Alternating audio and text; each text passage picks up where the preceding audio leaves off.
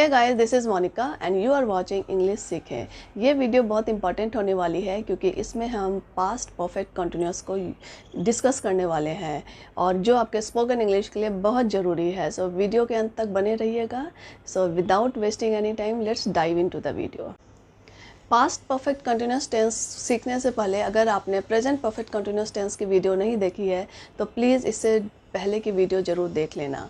इस टेंस का यूज़ हम पास्ट टेंस में उन कार्यों के लिए करते हैं, उन घटनाओं को बताने के लिए करते हैं जो पास्ट में किसी निश्चित समय तक चलती रहती है और पास्ट में ही ख़त्म भी हो जाती है।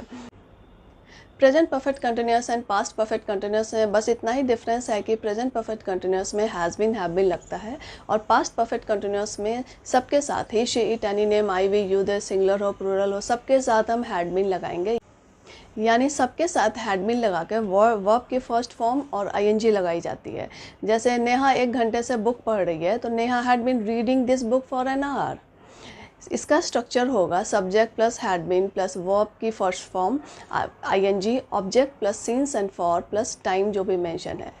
फॉर इंस्टेंस, बच्चा 2 घंटे से सो रहा था। The child had been sleeping for 2 hours. वह सोमवार से छुट्टी पर था। He had been on leave for since Monday. यहाँ पर टाइम मेंशन है, एग्जैक्ट टाइम मेंशन है तो हम सिंस लगाएंगे। अगर हम कहेंगे कि 2 दिन से एब्सेंट था तब आप for Monday, for 2 days, for 10 days लिख सकते हो या बोल सकते हो। वह 2 महीने से बीमार था। He had been ill for 2 months. अब हम देखते हैं नेगेटिव सेंटेंस कैसे बनाते हैं। नेगेटिव सेंटेंस बनाना भी बहुत इजी है। इसमें हैड बीन के साथ नॉट बस लगा देते हैं। Had been plus not plus been और वर्ब की फर्स्ट फॉर्म में आईएनजी लगाते हैं। इसका स्ट्रक्चर होगा subject plus had plus not plus been plus verb की फर्स्ट फॉर्म के साथ ING, since and for plus time जो भी मेंशन्ड हो। जैसे नेहा 2 दिन से खाना नहीं खा रही थी। Neha had not been eating meal for 2 days. He had not been talking to me for 4 months. वो मुझसे 4 महीने से बात नहीं कर रहा था। Rohan had not been coming to the office since Monday. Rohan Monday से ऑफिस नहीं आ रहा था। We had not been meeting since Holi. हम लोग होली से नहीं मिल रहे हैं। We have not been on talking terms since this July. हम इस जुलाई से एक दूसरे से बात नहीं कर रहे हैं। अब हम देखते हैं कि इंट्रोगेटिव सेंटेंस कैसे फ्रेम करते हैं। इंट्रोगेटिव सेंटेंस में हम had plus subject plus been लगाते हैं। इसका स्ट्रक्चर होगा had plus subject plus been plus verb की फर्स्ट फॉर्म में आईएनजी लगाएंगे, object plus since and for. क्या वह सुबह से पोइट्री लिख रहा था? Had he been writing a poem since morning? Had he been waiting for us since 2 PM? क्या वह 2 बजे से हमारा वेट कर रहा है?